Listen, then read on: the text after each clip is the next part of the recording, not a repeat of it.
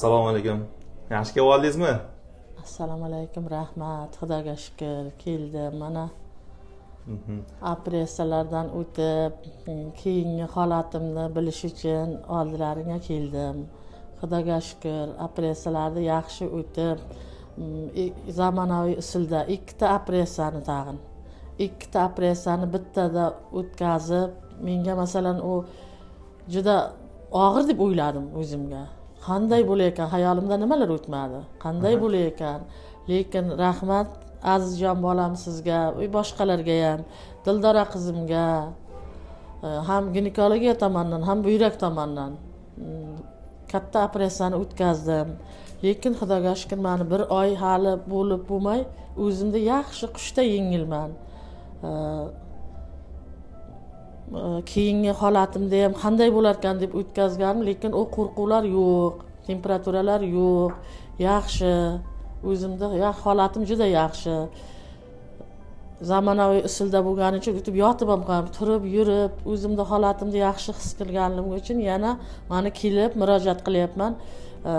Mana sintez nimalarni oldirish uchun o'tdim ham, mana oldirdim ham, shlankalar bor edi, yaxshi, natijalari hammasi yaxshi, ko'ngildagidek. O'zim juda xursandman o'zimning sog'lig'im uchun, sizlarga ishonib kelganim uchun, shu ko'nglimdagidan ham yaxshi natijalar bo'lgani uchun juda xursandman.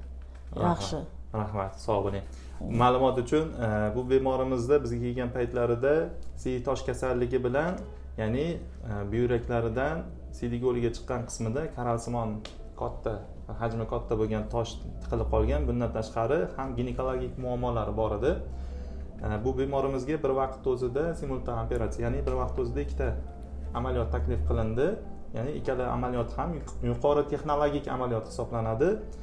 Ya'ni buyraklarini katta kesmalarsiz teshgan holatda toshlardan xalos qilish hamda kichik teshiklar orqali laparoskop usulida ginekologik muammolarini bartaraf qilish, ya'ni o'sha total ekstrapatsiya deydi.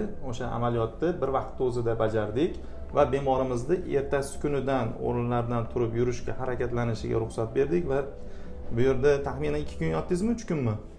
3 kun. 3 kun yotdi. 3 kundan keyin uylariga javob berdik.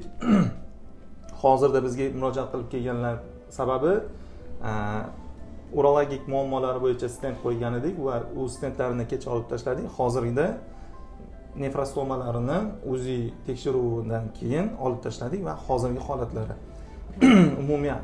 umumiy amaliyotlariga taxminan 3 haftadan biroz vaqt o'tdi va hozirgi o'zlarini sezib turgan holatlari qanday holatda? Tetikman, Xudoga shukr. Birovni yordamisiz, ko'chalarda, uyda bemalol harakatlanyapman. Muhtoj qilmasin Allohim. Sizlarga katta rahmat. Elni xizmatini qormay tolmay bajaringizlar. Charchamangizlar. Rahmat. Sog' bo'ling. Xudo shifo bersin, boshqa kasal bo'lmang. Rahmat. Sizlarga faqat yaxshilikka, to'ylarga aytishga kelay. Yaxshi kunlarga. Rahmat. Sizlarga ham to'ylarni, yaxshi kunlarni eshitish nasib etsin.